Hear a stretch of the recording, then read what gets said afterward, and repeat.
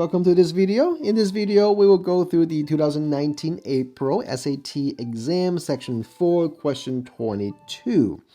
So this question is fairly easy, but it's being worded in a somewhat wordy way. So let's take a look at this first. Now you can see a graph right here, and what I hope to achieve here is that even before you read the text part of the question, I want you to know that you know how to do one thing, which is you can actually write out the equation of the line, because you know the form of a linear line is y equals to mx plus b, and this question is giving you a lot of hints, just basically putting all the information on a silver platter. So let's go ahead and do that first, and you will see why it is very important that you know how to do this automatically. So the equation is, well, let's go ahead and find out the slope. The run is, let's go ahead and pick out some nice points. We have these nice points, okay? It's cutting the corner of the squares. So it's a rise of 1 unit, and the run of 3 units is going up. So the slope must be 1/3. So it's 1/3 x plus b. B is our y-intercept. And this value is 2, not 1. Don't get distracted by the 1. Oh, I got distracted by the 1. It's 2, sorry. So it's 1/3 x plus 2. That is our linear line, this equation of the linear line, okay? Now, so imagine that you could do this, or you know that you can do this, okay? So you just do it in your head, okay? And then now you read the question, and it says, the graph of the function f is shown in the xy plane above. The function f is defined by the equation f of x is equal to a over b plus c. It looks kind of familiar, right? For positive constants of a, b, and c, where a over b is a fraction in lowest terms. Okay, so if it's some kind of more higher order fractions, you can always reduce them. Which of the following orders a, b, and c from least to the greatest? Okay, from the least to the greatest.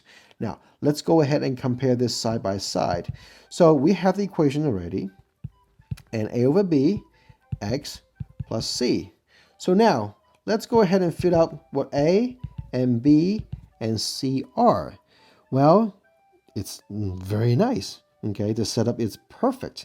A is equal to 1, b is equal to 3, and c is equal to 2.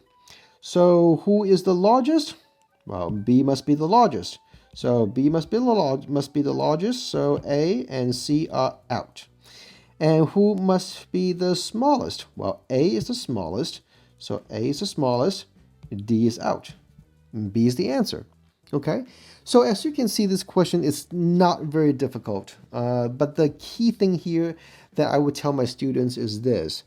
As they give you a linear line, now they did not ask you to write the equation, but you must be able to feel and to automatically know that you could provide this equation, and you may as well just have the equation in your head, in your mind, or just write it down as I did over here earlier in an earlier time, because when you do this, it's very visual that you can use the information, you can reference to this information for your problem solving.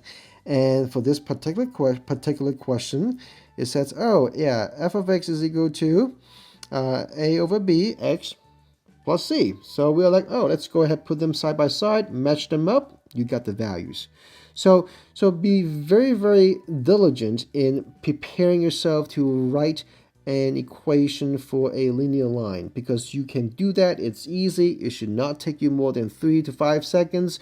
If it takes you more than 3 to 5 seconds, then I would strongly suggest you to get faster through more training, because the graphs that you will see on the SAT exam, they usually are very simple, but you just need to get it fast. All right? Do you want some extra credit? If you do, subscribe our channel. I promise you will learn a lot more and get extra credit from that. If you have any question, please make sure that you email us at goodacademics@gmail.com. If you have any question in math, science, or education, just send them in and we will do our very best to resolve your problems. And I thank you very much for watching this video, and I hope that you will continue to learn a lot more through our channel. See you soon.